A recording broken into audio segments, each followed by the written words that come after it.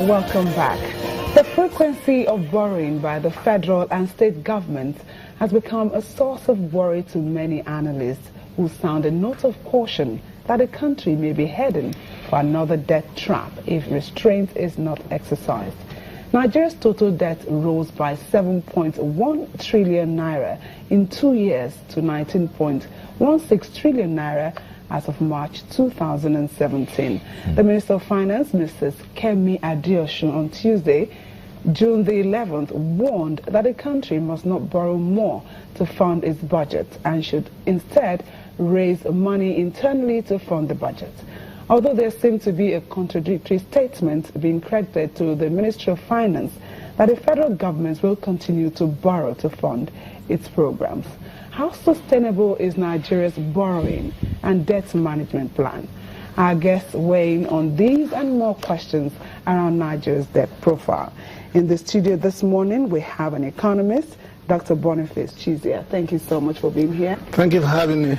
And also the head of Economic Desk, Pro Share, Babalola Temitokwe. Good to have you here. Now, we have gone through this route before. Remember in the early 80s when our debt profile went to as far as $35 billion.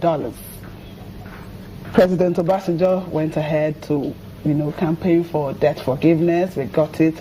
And we thought, okay, we are good to go. How did we come back to this point? Well, we got here to mixed of several things. But first of all, what are the figures telling us? The total federal government debt is at now is 11.97 trillion. And just as you earlier said, it's that the public debt itself is 19.1. There are two factors. Is that one, over the years we have been taking on retrogressive subsidies. One of them has also been oil subsidies, and we have one way or the other we have to fund them. So it also fueled some of this debt. Two is that we also found ourselves in the downswing, so we have to spend out of the recession, so we're also borrowing. Largely it's also is that we also find it's this fiscal leakages also were part of it.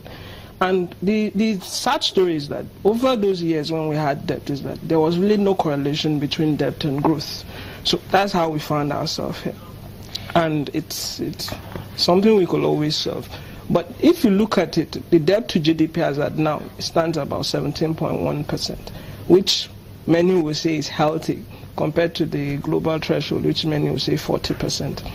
And you also look at our peer countries like Kenya, which I think is 79.9. You look at Ethiopia, 32.5. South Debt to GDP. Debt to GDP, I think 50.05. But then the figures also could be very deceiving because the structures of economies differ. One thing we do share with most of these countries is that they're also resource-dependent countries. But the other fact is that these other countries, on the other hand, is that they have the tax revenue is very robust. And two is that they are not dependent on only one commodity. So compared to ours, whereby we have oil, which makes about close to 85% of our total foreign revenue and more than 60% of our revenue. So those are the issues. So our debt sustainability, if looking at the DMO just to answer it, is 19.56%. So given our present debt to GDP with 17.1, so we still can borrow. But what she said, I think, let's get it clear, is that we will borrow when we need to. Okay. All right. Let's Dr. Chizia weigh in here before we bring in our guest in our Abuja studio. Dr. Chizia, he's talked about we still can borrow.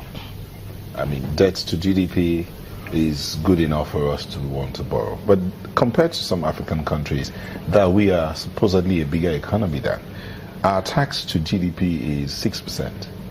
Ghana has 20.8%, 15% in Benin Republic, 18% in Cameroon, 23% in Cape Verde. Now, some might say, why are you comparing us with those countries when they are smaller, much, much smaller than we are? But we're looking at the principle of taxing if we're going to be able to raise internal revenue. Well, I think that the problem we have essentially is that when you look at revenue flow vis-a-vis debt service, then that's where you might have issues with sustainability. That's where it might come. And so, when you look at our tax revenue, it's clear to everybody in this country that we're not doing very well in that respect. You know, you just said 6%. And compared to peer countries in the sub-region, internationally, that's on the low side. And so there's a need for us to do something aggressively about taxation. And I think that's why you find that recently there's this voluntary asset income disclosure, which the president does presidential statement to this effect. And also I understand we just signed disclosure with some countries in the world, so that if for instance you are Nigerian and you have your investments overseas, that we can get information on this investment, and then we are able to, for instance, look at your investments, look at your income flow, and be able to say, look, what tax did you pay and what revenue did you get this and make this investment. Okay, Dr. Jesus, thank you there. We'll take a moment. When we'll come back, we'll bring in our guests who are in the Abuja studio. Please don't go away.